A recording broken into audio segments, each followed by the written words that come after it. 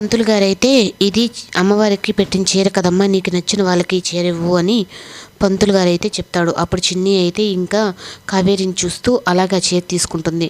అప్పుడు సత్యం దగ్గరికి వెళ్తే సత్యం కూడా కన్సైగ చేస్తాడు, అలాగే ఇవ్వమ్మా అని చెప్పని.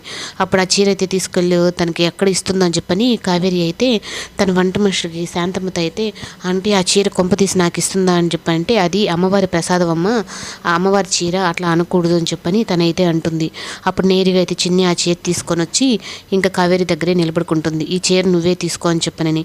అంటే మీ అమ్మ నన్ను తీసుకోమంటున్నావంటే అప్పుడు ఇంకా చిన్ని తెలివిగా అయితే మాతృదేవోభవ పితృదేవోభవ ఆచార్య దేవోభవ కదా, అంటే నాకు అమ్మైనా నాన్నైనా గురువైనా అన్నీ నువ్వే కదా, అందుకని నేను చెప్పానంటే ఇంకా ఆ చిన్ని ఇస్తే ఆ చీర తీసుకుంటూ ఉంటుంది. రాజు అయితే ఇదంతా చూస్తూ ఉంటాడు. అప్పుడు ఇంకా చీర తీసుకొని ఆశీర్వదించాలని ఈ లోపల సత్యం అయితే హడావిడిగా అక్షంతలు తీసుకుని వెళ్ళి తన దగ్గర అయితే ఇస్తాడు. అప్పుడు ఇంకా కాళ్ళకి నమస్కారం చేస్తే అక్షంతలు కూడా వేస్తూ ఉంటే ఇంకా చిన్ని అయితే కళ్ళనీళ్ళు కాళ్ళ మీద పడుతూ ఉంటుంది.